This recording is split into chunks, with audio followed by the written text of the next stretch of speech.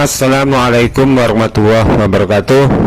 Pemirsa, hidayah itu merupakan penyebab utama keselamatan dan kebaikan hidup manusia di dunia dan di akhirat.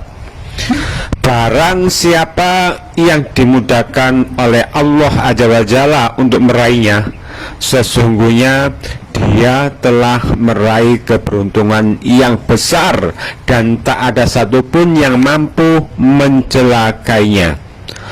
Allah memberi petunjuk kepada siapa yang dikehendakinya dan menyiksa siapapun yang mendustakan ayat-ayatnya.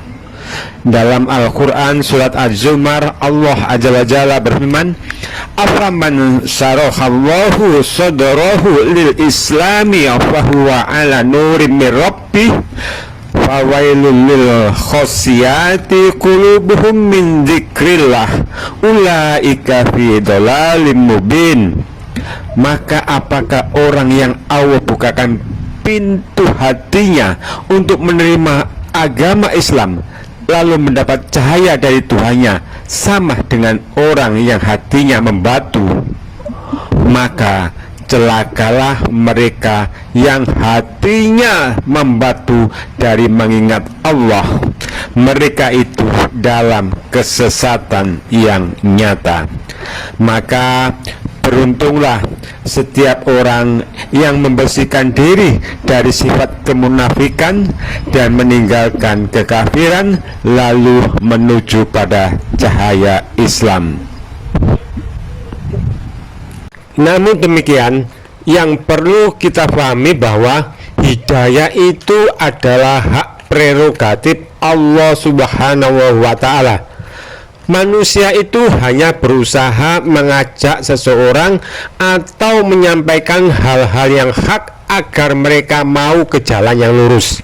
Sebab manusia itu hanya diperintah menyampaikan semua kebenaran yang datang dari Allah Azza wa Jalla menurut kesanggupan mereka.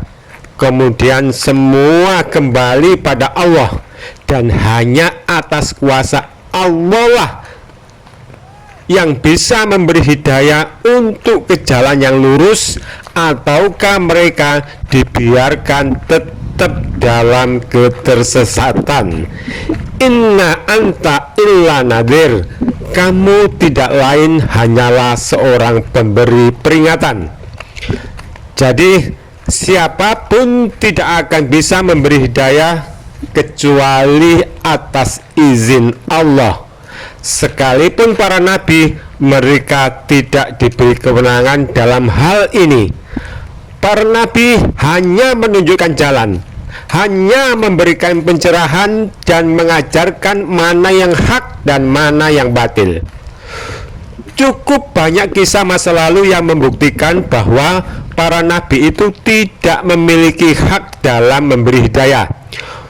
Contoh nyata, anak dan istri Nabi Lut yang membangkang anak Nabi Nuh yang tetap menolak seruan bapaknya, tentang Nabi Ibrahim terhadap pembangkangan bapaknya, dan tentang Nabi Muhammad SAW yang menginginkan pamannya memeluk Islam tapi ternyata tetap tidak mampu mengislamkan pamannya yang begitu sangat dicintainya.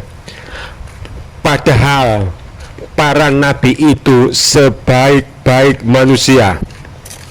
Nah, kalau untuk sekelas para nabi saja tidak mampu merubah pilihan iman seseorang, maka sangat wajar bila manusia biasa yang walau dengan tulus menasihati para sahabatnya atau para handai tolanya, atau telah berupaya menasihati sanak saudaranya, namun juga tidak digubris. Itu sangat wajar.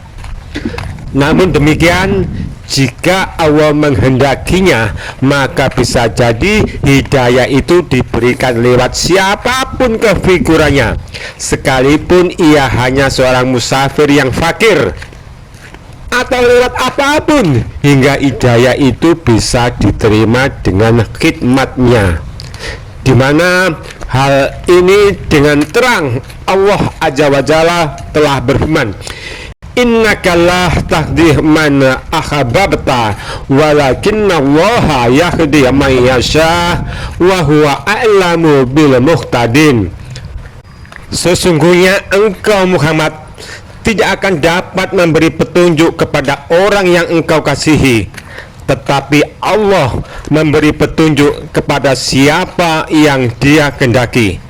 Dia lebih tahu tentang orang-orang yang mau menerima petunjuk. Nah, pemirsa, sesungguhnya telah jelas dan gamblang ayat-ayat Allah Azza wa Jalla yang telah disampaikan melalui lisan Rasulnya. Maka mudah-mudahan dengan sedikit yang saya sampaikan ini bisa bermanfaat bagi kita semua, dan moga kita semua senantiasa ditetapkan hati untuk saling menasihati dalam kebajikan.